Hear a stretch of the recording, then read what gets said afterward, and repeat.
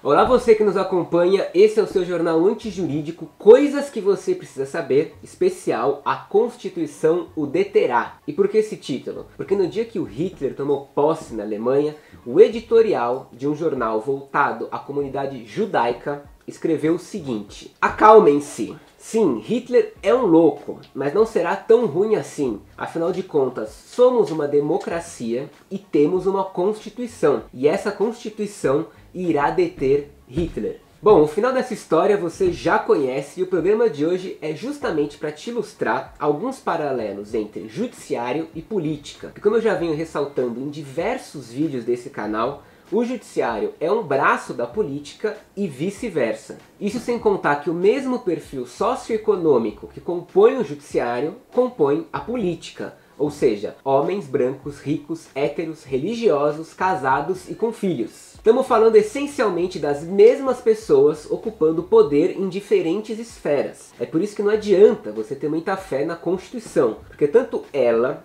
quanto a nossa democracia não são capazes de se defenderem sozinhas. Ainda mais quando alguns setores, personalidades jurídicas e determinados ministros se posicionam de forma abertamente antidemocrática, para não dizer fascista. Exemplo, Bretas, o juiz da Lava Jato no Rio de Janeiro. Aquele que é casado também com uma juíza, mora com ela e recebiam os dois auxílio moradia. Então, o cara vive postando fotos dele armado, praticando tiro, vive curtindo os posts do Bolsonaro nas redes sociais e já chegou inclusive a declarar que o principal livro que ele usa nas suas decisões é a Bíblia. Ou seja, Deus acima de todos. Só que nesse caso, ele que é Deus. Bretas não irá deter Bolsonaro. Exemplo, Sartori, o juiz da 4ª Câmara Criminal do Tribunal de Justiça de São Paulo, que é a Câmara que mais condena no Estado. E como o Tribunal de Justiça de São Paulo é o maior do mundo, estamos falando facilmente de uma das câmaras que mais condena no mundo. É por isso, inclusive, que o apelido dela é a 4ª Câmara de Gás. Sartori foi tanto o juiz que anulou o júri dos policiais do Carandiru, como o que autorizou a reintegração de Pinheirinho. Ambas são tragédias reconhecidas internacionalmente. Durante as eleições, ele atualizou a foto de perfil dele do Facebook com o slogan Brasil acima de tudo, Deus acima de todos. Sartori não irá deter Bolsonaro. Exemplo, esposa do Sérgio Moro, que às vésperas das eleições dedicou seus dias a postar diversas montagens das manifestações do Ele Não, dizendo que não se trata de feministas contra fulano, todo brasileiro tem o seu valor. Também postou montagens de crianças morrendo de fome com a foto do Nicolás Maduro do lado e com a legenda "Isso não está certo". E também fotos do impeachment da Dilma com a legenda "Isso não pode ter sido em vão". Sérgio Moro não irá deter Bolsonaro. Exemplo, Wilson Witzel, o ex-juiz e agora governador do Rio de Janeiro, apoiador e apoiado por Bolsonaro. Em 2010 ele já se viu no centro de uma polêmica que ficou conhecida como a Farra dos Juízes, que foi um evento que ele organizou em um resort de luxo na Bahia com patrocínio de várias empresas, o que por si só já não pode. Empresa não pode bancar evento para juiz, por uma série de questões éticas previstas na lei. Mas até aí beleza, quem disse que a lei importa alguma coisa? O evento ocorreu e durante 4 dias os juízes tiveram palestras, oficinas de golfe e arco e flecha, shows, jantares e muito karaokê. Não feliz com esse evento, Wilson também foi polêmica quando deu uma palestra para juízes do trabalho, onde ele ensinava como acumular indevidamente R$4.000 de benefícios no salário. E é de fato bem simples. Ele ensina que basta você expulsar o juiz substituto para acumular uma gratificação chamada gratificação de acúmulo. Ou seja, todo mês ele pedia para o juiz substituto da vara dele se ausentar por 15 dias para ele receber a gratificação de acúmulo, já que ele estava em tese trabalhando por 2. Mas não basta evento privado para juízes, não basta ensinar como acumular mais salário fraudando o sistema, ele também aparece discursando ao lado daqueles 2 idiotas, enquanto eles quebravam a placa da Marielle Franco.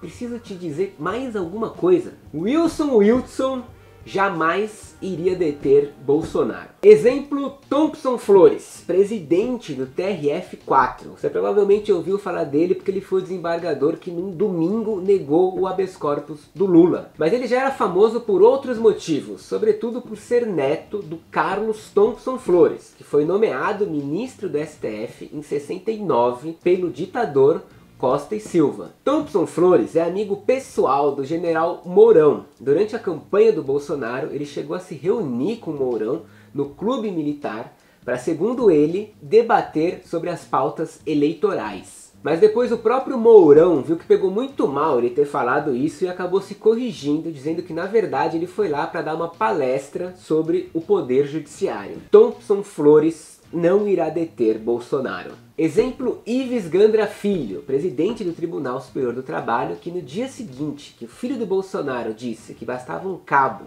e um soldado para fechar o STF, ele achou por bem fazer uma visita pessoal para o Bolsonaro e saiu de lá sem sequer dizer para a imprensa do que se tratava. Fora isso, Ives Gandra Filho é da Opus Dei, mora em um mosteiro, fez voto de castidade, doa integralmente o seu salário para a igreja e é autor de 3 livros sobre a filosofia cristã por trás do Senhor dos Anéis. Portanto, fique à vontade para chamá-lo de Ives Gandalf.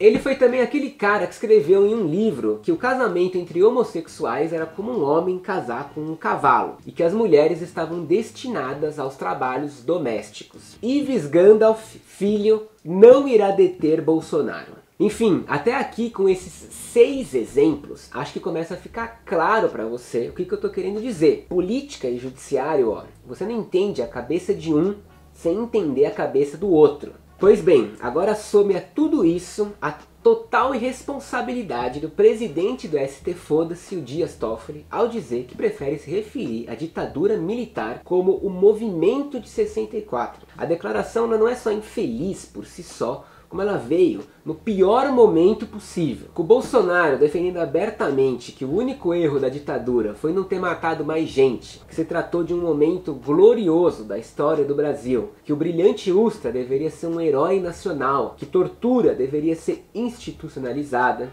e que ao se referir ao grupo Tortura Nunca Mais e à Comissão da Verdade, diz que quem procura osso é cachorro e por aí vai. Foi em meio a esse contexto político que o Toffoli achou por bem não só dizer que a ditadura foi na verdade um movimento, como também nomear para assessor no seu gabinete o general Fernando Azevedo, que por sua vez fez parte do grupo que formulou as propostas de campanha do Jair Bolsonaro. O general Azevedo foi uma indicação do general Vilas Boas, que é aquele que deu várias declarações polêmicas questionando a legitimidade do próximo governo e pressionando o STF para condenar o Lula. Enfim, ele tá sempre falando alguma merda, sempre aparece quando não é chamado e sempre opina sobre assuntos que nada tem a ver com o exército. O ponto é, a gente vive um trágico momento em que não é mais tabu nenhum defender a ditadura, a volta dos militares, intervenção militar, ou seja lá a merda que for. Então essa afirmação do Toffoli surfa meio que nessa onda de negação dos crimes da ditadura, que a nossa democracia até hoje não conseguiu desmontar. E não conseguiu desmontar primeiro, em grande parte por conta do próprio STF, que chancelou a lei da anistia,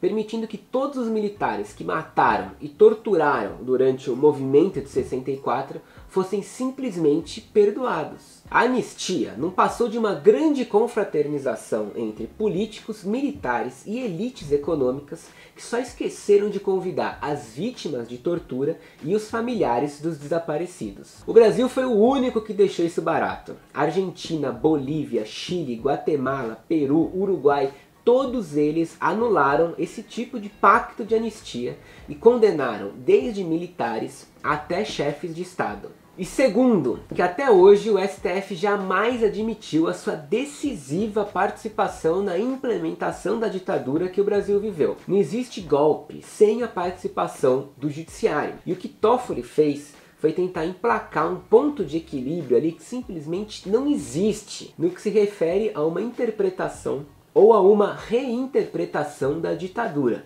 Portanto, o ST Foda-se, em especial Dias Toffoli e seu mais novo assessor, o general Azevedo, não irão deter Bolsonaro. Tribunais, juízes, ministros, promotores, todo o judiciário e toda a estrutura do judiciário faz parte da crise e faz parte de tudo que as pessoas estão começando a compreender e questionar, que é o domínio de organizações hierárquicas e burocráticas que sobrevivem até hoje sem qualquer justificativa. Então pode tirar o seu cavalinho da chuva e remover todas as suas fichas da Constituição. Quando ela foi criada, tanto militares quanto elites políticas e econômicas conseguiram introduzir elementos nela que reduziram o impacto da democracia na questão dos privilégios e do establishment. A nossa Constituição foi esse acordo negociado entre lideranças que eram a favor da abertura democrática e a elite autoritária. O resultado foi esse pacto chamado Constituição, que criou sim uma estabilidade, mas às custas de um Estado que funciona para quem pagar mais. A Constituição acabou por preservar de propósito muitos desses bolsões autoritários, que fez de cara nascer um sistema já meio completamente viciado, porque a nossa instituição democrática de hoje foi projetada por um regime autoritário de ontem, que fez isso justamente para sair impune e com claras vantagens econômicas e políticas. Portanto, nem o judiciário e muito menos a Constituição irão deter Bolsonaro.